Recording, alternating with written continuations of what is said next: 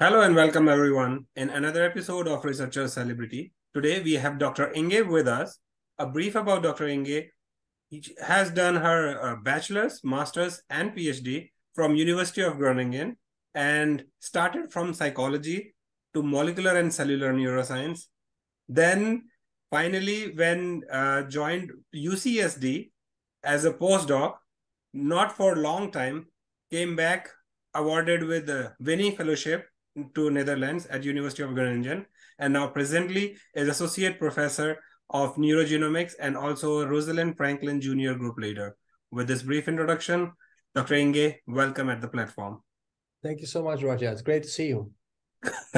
So how we start this as Researcher Celebrity is how and when you decided that you wanted to be a researcher? Well, how did I find out I want to be a researcher? Well, I think in my undergrads, I developed a strong fascination for the brain. I did a little internship at a medical center for like 1.5 months at a local neurology department. And I saw these patients, and it was just like, it was so fascinating to me that it's possible that like some part of the brain doesn't function properly. And then you get the weirdest like clinical problems, right? So I remembered I was like having one of these patients. I was having a conversation with her. She was really smart, very eloquent. And then, you asked her to lace her own to tie her own shoelaces. And then she was incapable of doing that.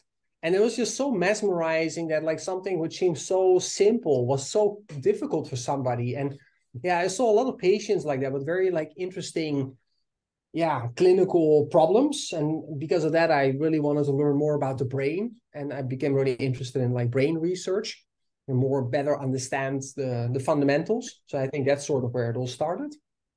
Okay. At that time, when you were fascinated by the neural functions and all, have you ever thought that you will pursue PhD?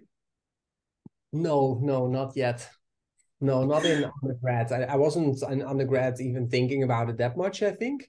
Mm-hmm. The master's that I followed was a research master's. So it was like a 2-year master program that really prepares you to do a PhD. Mm-hmm. Um, so it was sort of like a natural fit, I guess. Like there are also other options going, obviously, more into industry or such. But for me, it was just a natural flow, I guess. I like to understand the things at a very fundamental level. And so doing a PhD seemed to be like a logical fit to the education that I received and also my own interest. Okay. So then, if you can share the experience of the journey of PhD. Sure. The experience of the journey of PhD. My PhD was almost 5 years in total, I think. And I started off with the idea of like doing both a combination of wet lab and dry lab aspects. So on one hand, I wanted to do some genomics profiling, and DNA methylation was one of the things we really wanted to establish in the context of microglia, and which is the primary immune cell of the brain, let's say. It plays important roles in different neurodegenerative diseases, such as Alzheimer's disease, but also in brain development. So we wanted to implement different technologies. And so in the beginning, I was doing a bit of both. I was working at the wet lab, learning a lot of like protocols on how to isolate microglia and, a lot of different molecular biological assays and such. And also learned much more about the computational approaches.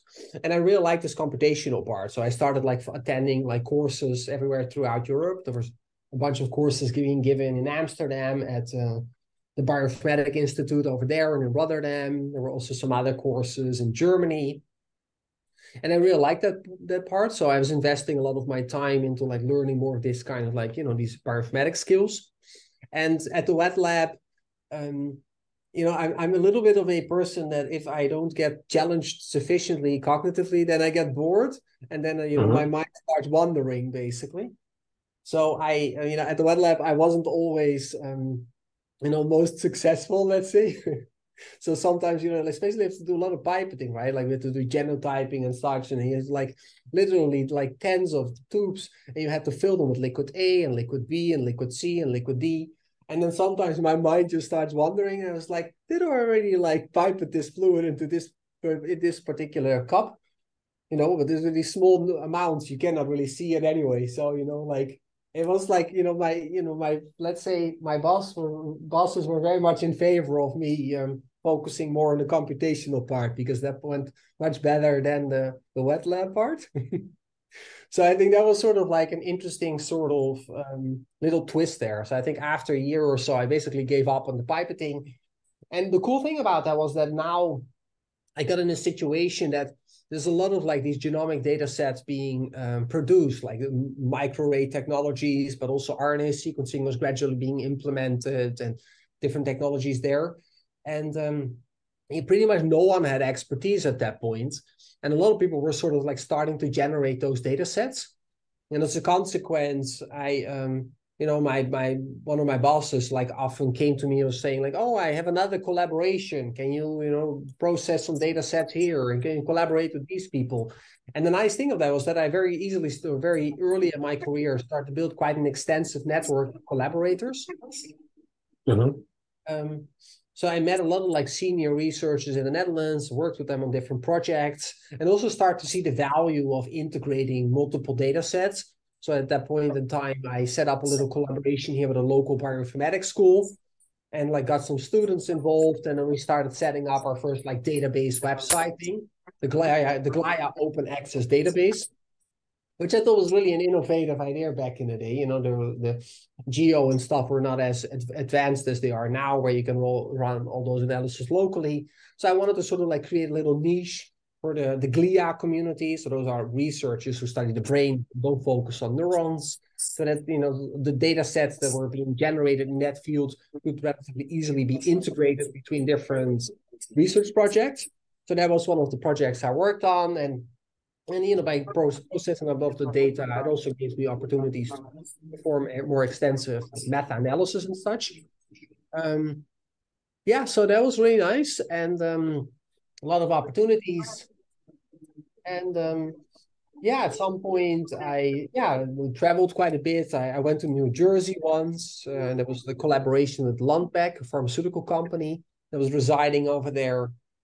And I think overall PhD was really like a great experience. You learn a lot of different techniques, you learn how to implement them, you build a network, you really start to drill deeper into, what science actually is about.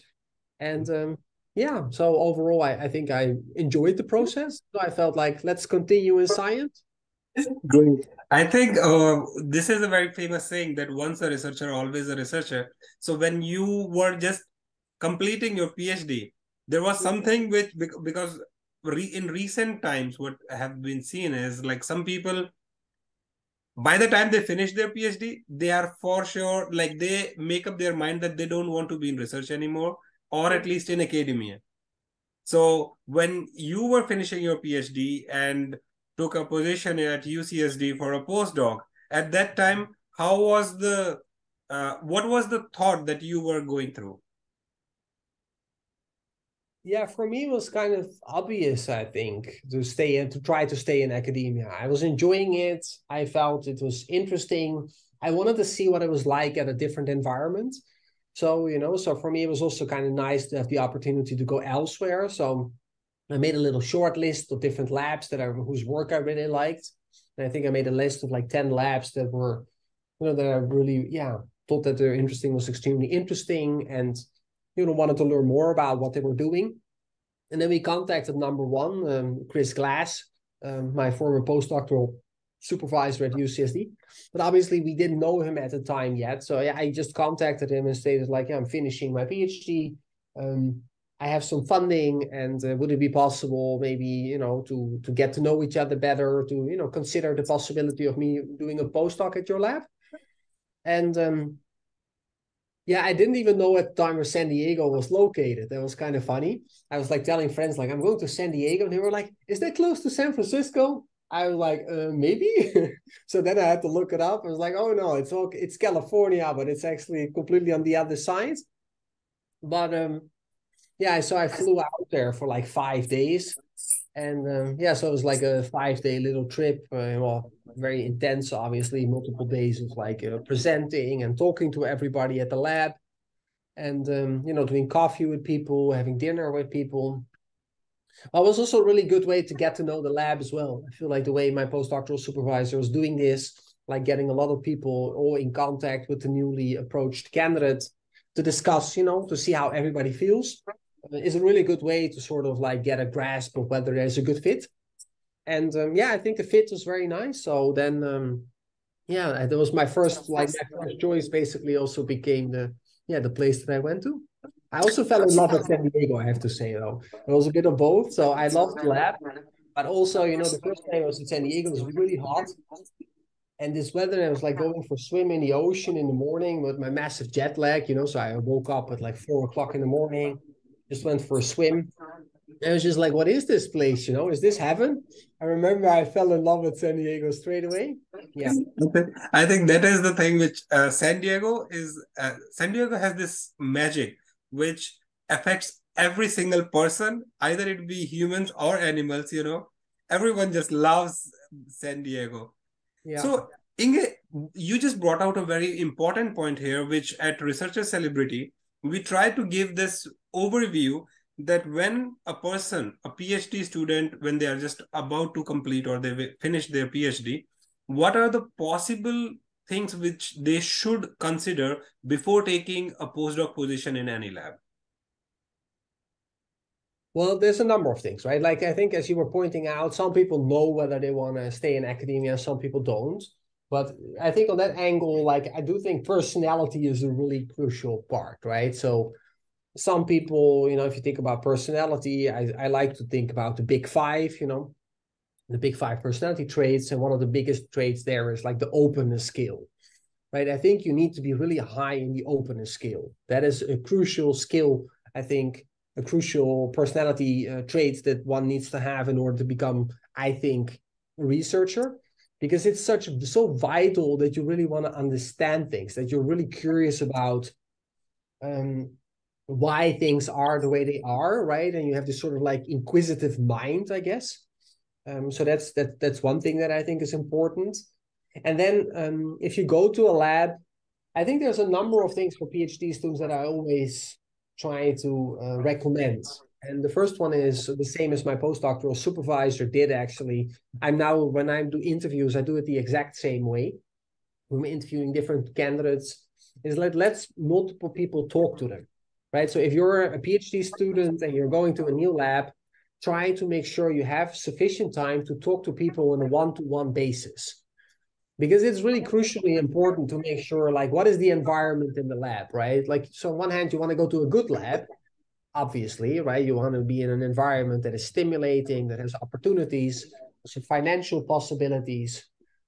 But at the same time, you also want to be in a lab that's good for your mental and emotional well-being as well, right? I've seen a lot of postdocs going to labs where they were not receiving any attention, like they were just off on their own, and their postdoctoral supervisor wouldn't care, and no one else in the lab would care either. And then it can be a lonely time, and it can even be worse, right? There's a lot of like postdoctoral supervisors out there who are, just blatantly mean or selfish or whatever, right? You want a postdoctoral supervisor that's also kind of invested in your career. And you want to have an environment among colleagues that is, I think, kind of supportive, right? At least I want to be in that environment. Maybe different people have different needs. I think for me, it's nice to be in an environment where you feel that you don't need to be afraid that some of your colleagues are going to stab you in the back. Mm-hmm. And those kind of labs are out there, right? So it's crucial to talk to different people and ask them, what is it like working in this lab? What do you like about it? And what have you find difficult? What have you find frustrating? Right? So really open questions, and ask these questions to a number of people. Take your time, right? The boss obviously is going to say like, well, my lab is great and everybody works hard and we're all getting along beautifully. That might not always be the case below the surface. So talk to different level people, if you can, maybe some PhDs, some postdocs, maybe more senior people, maybe more junior people as well, right? Like being inquisitive master students or even bachelor students or doing an internship. If you have the possibility to communicate to different people, I think that is extremely valuable way of getting to know the culture in a lab. So focus on the content first, obviously. You want a lab that has a good fit. I think that's another point, right? So what I always recommend people is like, don't stay exactly in your own niche. Like you did a PhD in a particular field. So it's nice to like move to a field that is related. It's not like you don't want to go from here to there, let's say, because then there's no more connection, but also you don't want to like be exactly overlapping. So you want to have fields that are a little bit apart so that there's also niches surrounding it where you can start to find your own little, you have to find your own little field of research in future as well. And preferably you want to find your own niche in a field that's not your postdoctoral supervisors nor your bachelor supervisors. So you need to sort of like, search dot areas, that's search based, let's say. So I think that's another point that I think is really crucial. Yeah, I think that's my recommendation so far. So normally I ask during these conversations that how important is to do PhD, but you being served your postdoctoral fellow time and now started your lab group.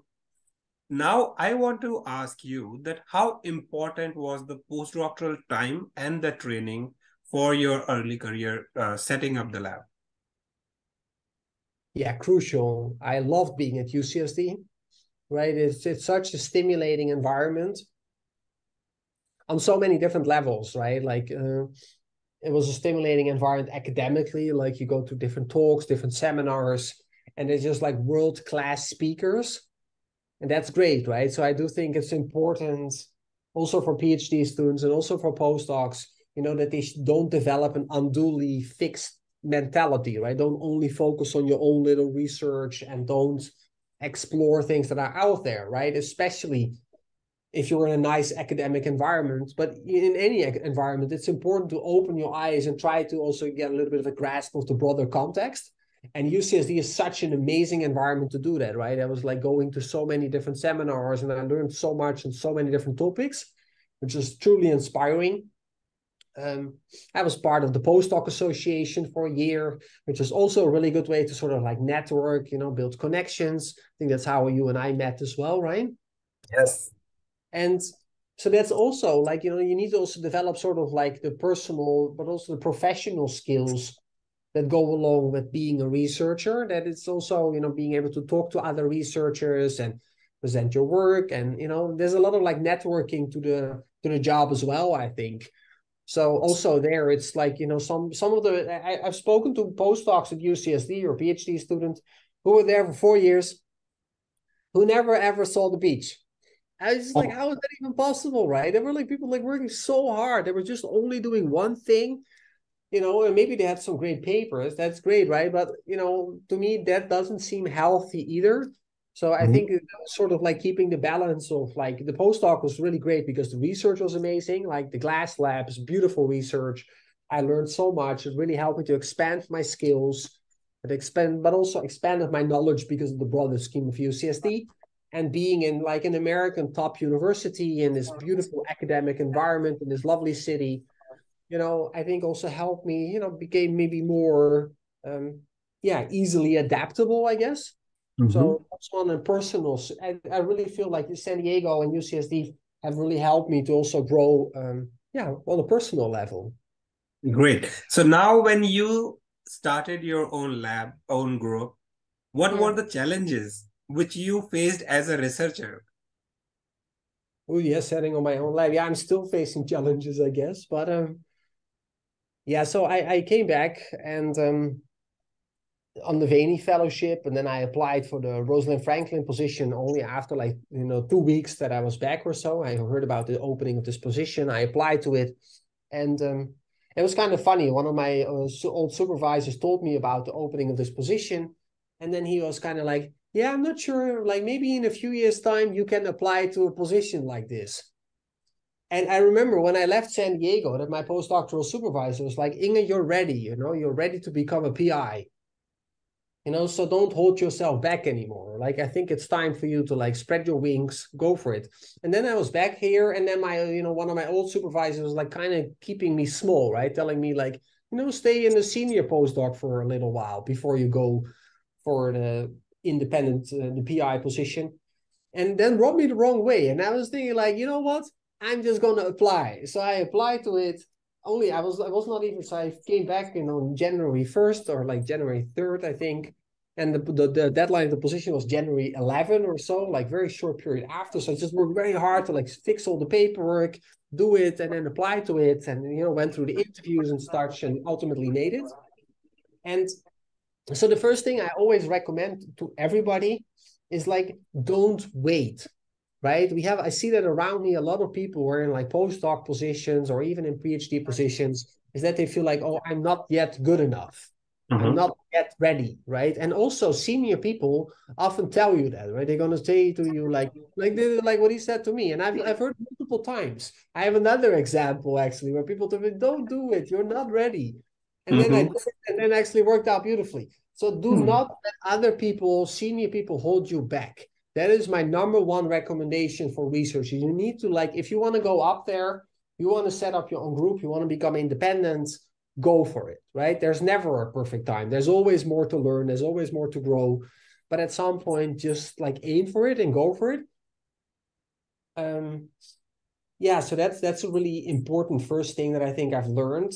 And other obstacles that I overcame, well, like try to surround yourself with good people, right? That's obviously, and there's also such a, maybe, everybody kind of knows it, but still, like, you cannot really emphasize this well enough, right? Like, so I had money for a technician in my position, and then, people told me like, oh, we have already a technician working here, maybe she might be a good fit. And well, let's not go too much in details, but like in the end, like if vet people thoroughly, I think that's the same discussion we had before, and like, making sure that like if you go to a lab, but also if you hire people yourself as well, right? Don't because somebody gave you some sort of recommendation, then don't be like, well, okay, I'm just gonna take it because some other person recommended them, right? Like, make sure your people are your most valuable asset, right? Yes. So you like a good connection with them, and you want to make sure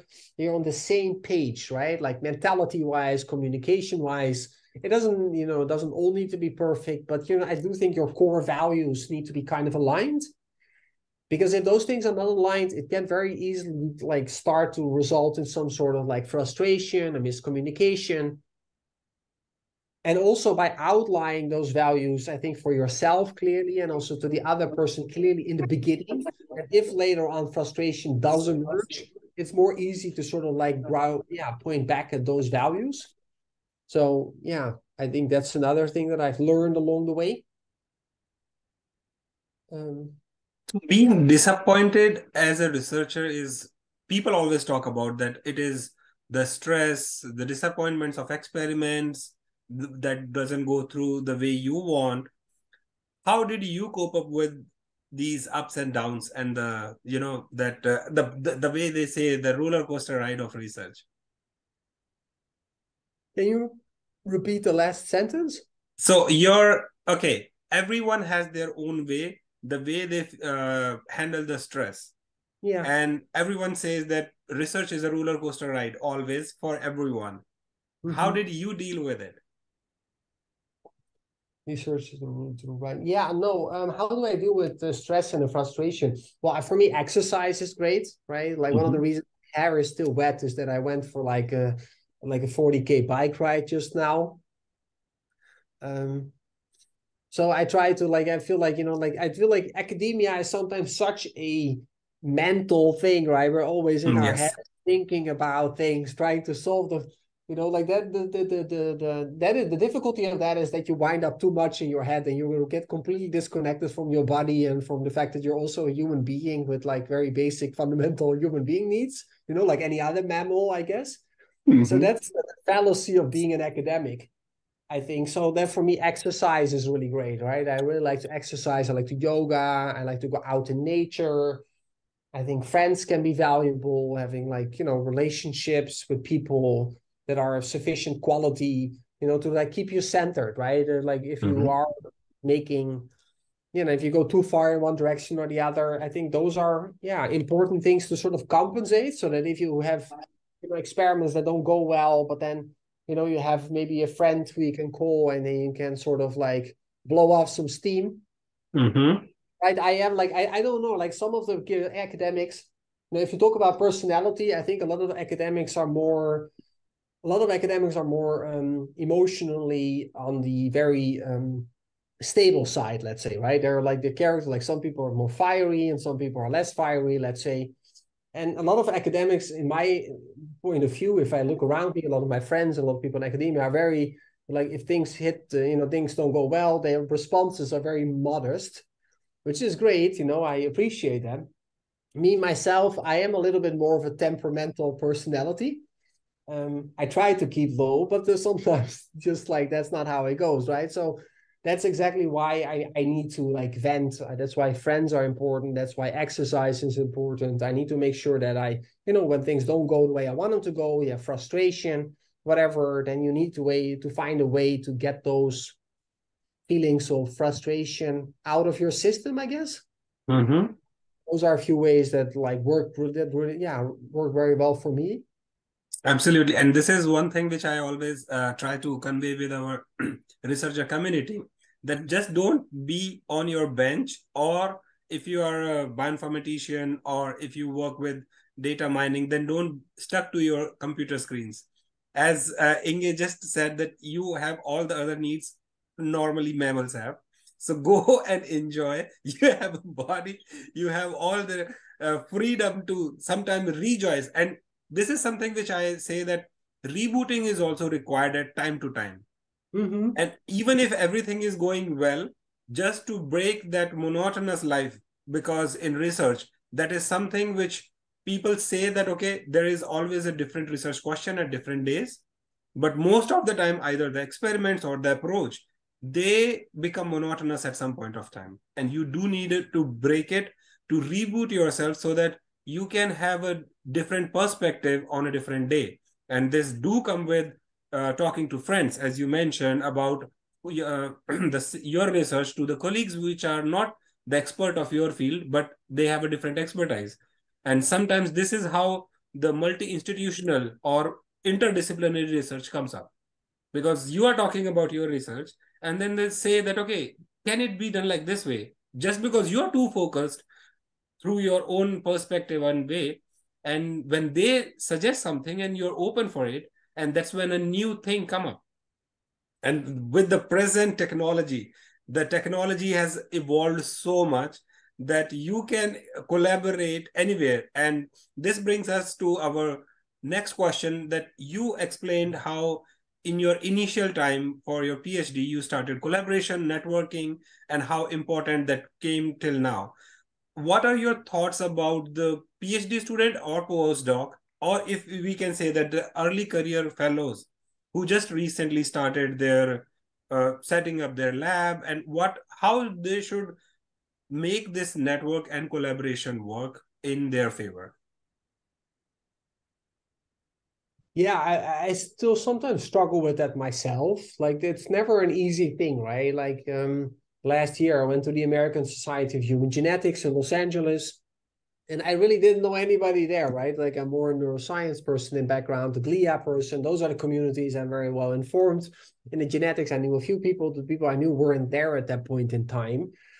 So, and then it's these massive conferences. There's like how many people are there? I don't even know, but like tens of thousands. So then it's just, I find it also hard to network, right? I think it's important to obviously walk up to the mic, ask some questions, introduce yourself, like go to the poster sessions, right? Those are like environments where you can have a little bit more intimacy, let's say. Sometimes there's special drink events, like, so there are possibilities to do that. Try to make a little short list of people you really want to talk to, or at least want to try to talk to. That can help.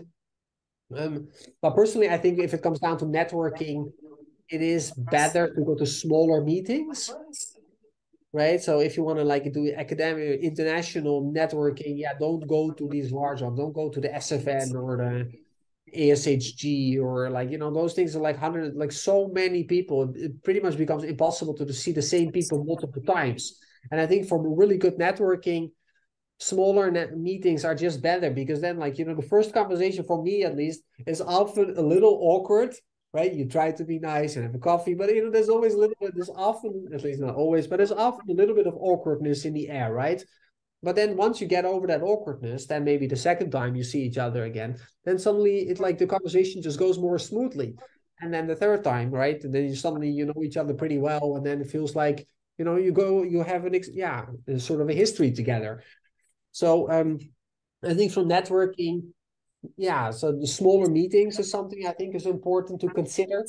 Like the Keystone meetings, those were fun. What personally I really liked. So I went to a couple of them on the Glaya and neurodegeneration, but I think they have them in a lot of different fields, and they're Yes. always relatively small. I think it's also important to network in your own institute, right? That's another thing. Like make sure you work on visibility in your own institute as well, because people need to know who you are. So it's like just send emails to people on related topics and say like, hey, we've done this in this research. There might be some shared lines with what you're doing. Maybe you want to get a coffee sometimes, and I can come over and just show you what I've done and see, what you think. Love to get your input. I think that's a valuable way of like trying to like build a more extensive network as well. Yeah, those are two ways that I approach it. But I don't know. That's probably not exclude that.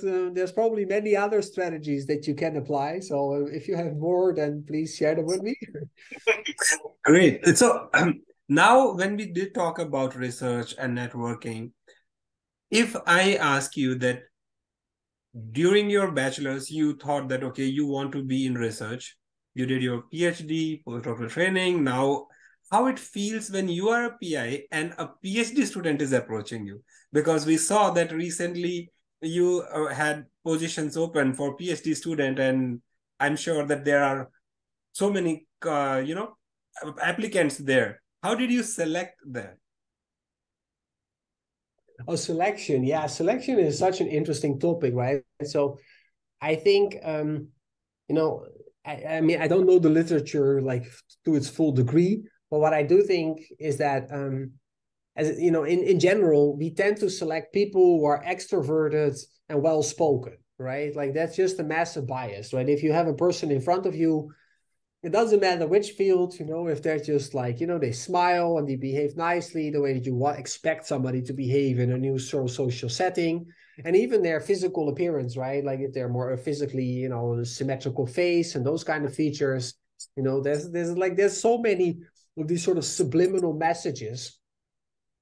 And that is a major fallacy. That is a major bias, right? It's so easy to fall into the trap of having like a nice little conversation with somebody and then thinking like, oh, this is a highly intelligent individual. I really want them to join my lab, right? So what I did last time with one of my first PhD students, that was my own, let's say, I also set up like a testing battery. So I found this website, Test Gorilla it's called, and you can basically make an account and then just like set up a batch of different tests.